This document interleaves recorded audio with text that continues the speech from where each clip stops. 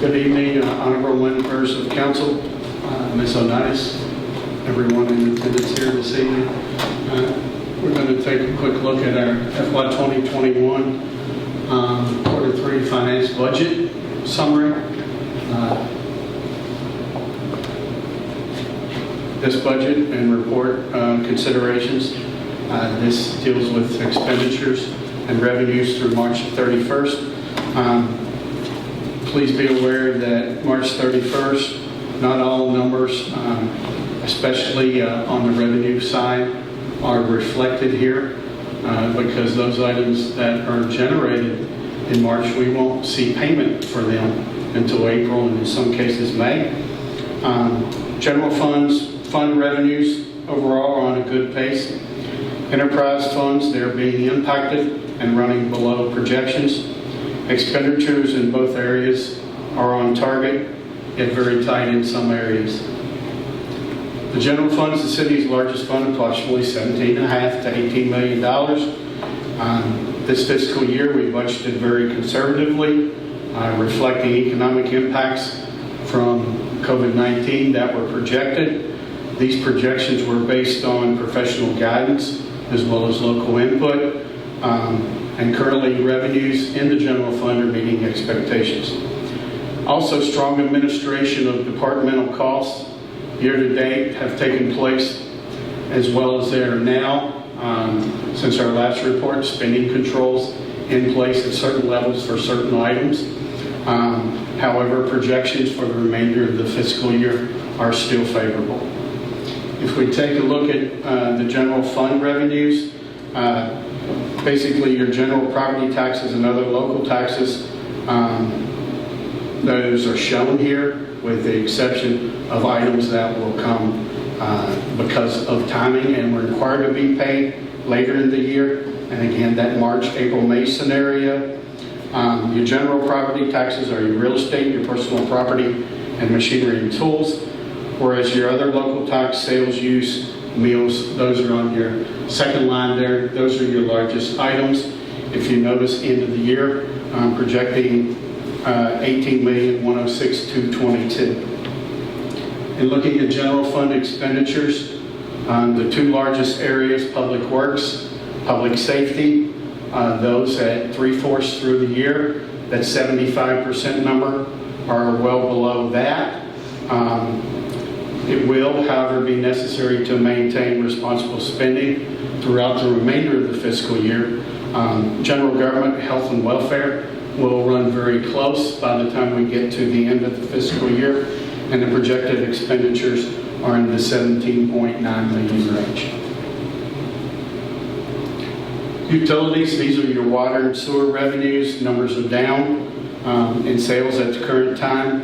However, there's still that opportunity to make up ground with third quarter and fourth quarter. Those are your largest billings. Those quarterly billings, for example, this April bill that came out, we will see larger revenues during April, and that will roll over into May as well.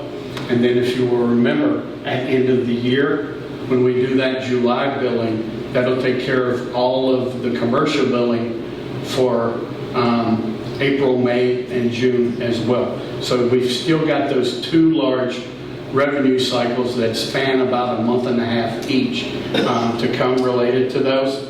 The moratorium on shutoffs does remain in place related to those. Sorry to interrupt. Go ahead. Given the moratorium and the lag in the revenues, could you please share with all of us roughly the number of delinquent accounts we have? Approximately 250 accounts out of 2,700, so around 10%. Of that 10%, we're looking at roughly $107,000 to $108,000 right there. The utilities, water and sewer expenditures, both plant operations, water and sewer, have project monies in the budget. However, those may not be used unless there's an emergency scenario. And all non-essential purchases do require approvals and efforts to offset potential revenue shortfalls and reduce these year-end projections. Current expenditure budgets As you can see there, there's revenue, there's your expenditures, my bad, sorry. Your two plants are your largest items there, at the top in the yellow and the fourth one in the yellow. Year to date, you can see as percentage of budget, they're at 56.55 and 55.07, working against that basically 3/4 of the year, 75%. So cost controls, that is being managed very closely and only doing what is required at the present time related to this.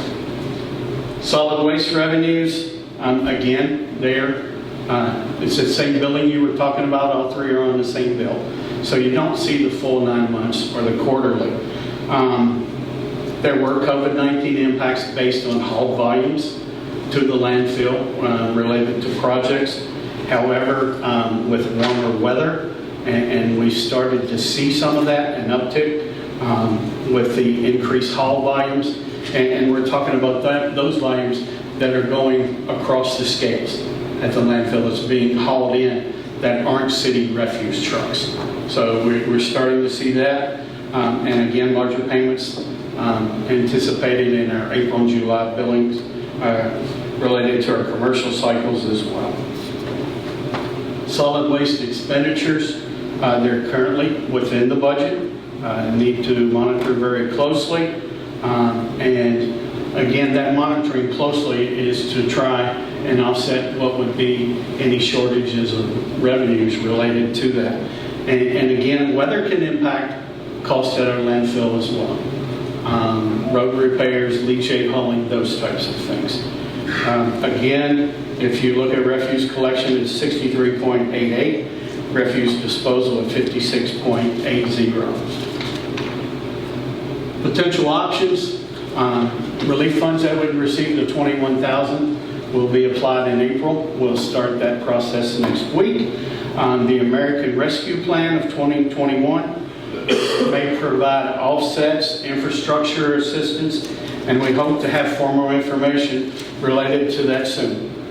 There's nothing concrete that we receive presently, and that's expanding on what Mr. Sanderson had addressed earlier. We'll begin working on a repayment program that will initiate this month as well. And then in the solid waste program review, and I know it's been discussed, the recycling plan, we have a new plan going forward, and the numbers related to that are very promising as we finish out this fiscal year and related to next year's budget as well. So we're very pleased with where that looks like that'll be going. And I don't have quite as many slides, so if you have any questions, I'll gladly answer. The American Relief, have we ever determined how much? No, you can't determine if you don't have the solid information. We don't have it yet. There's no firm figure. There's still the two sets of figures that have been provided, whether it was getting roughly 1.6 or upwards of up to $5 million. We don't have any firm figure, nor does any locality really at this point. I actually talked to Mr. Page about that today. Yeah, and I also spoke to Mr. Sanderson just before the meeting, and the issue really comes down to the thought process at the time, because Virginia is unique, was that because the cities provide services both to the city residents as well as the county residents, we would be dipping into both the metro money as well as the county money to come up with that $5 million. But now there is a question as to whether that's actually going to be the way it proceeds under the Treasury's interpretation.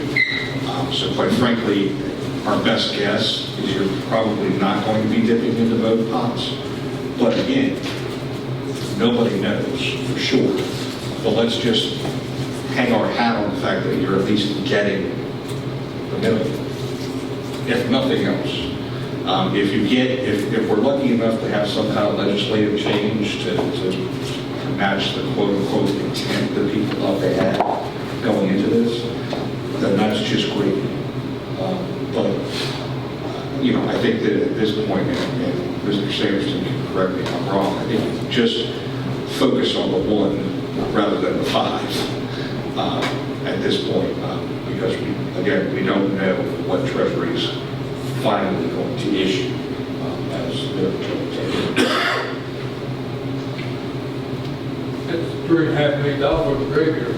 I agree. It's a lot of good grade too, but we have to deal with potential that is not happening.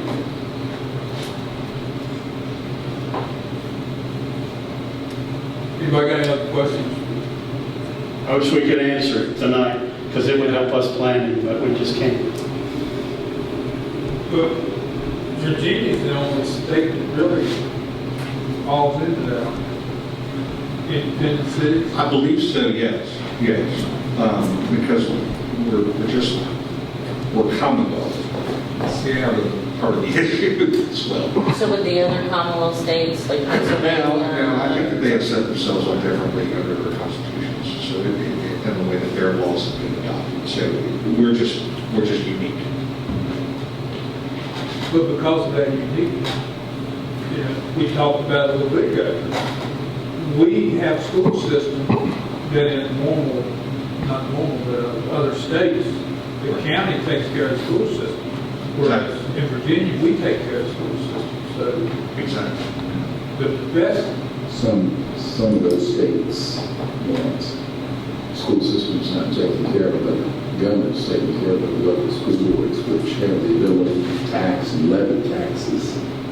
but we're talking about the relief fund that we would get Right. money from that doesn't have anything to do with levying taxes. This is No, but I'm just saying that's why the cities don't take care of it. It's a local school board that does that. It's separate. it's the way it's set up. Yeah. It's the way it's set up. Right. So wouldn't we be better off to be treated as a county than as a city? Good question. I don't know the answer to that. We got a school system. They're based on. True. Different- But again, it all comes down to how Treasury interprets what was done. Again, this is one of those situations where, legislation is run through, and then all of a sudden you've got unintended consequences and confusion there. We've got to get it cleared up, but it's going to take time. Get that cleared up for us, Dave. We'll see if we can have it done by lunchtime tomorrow.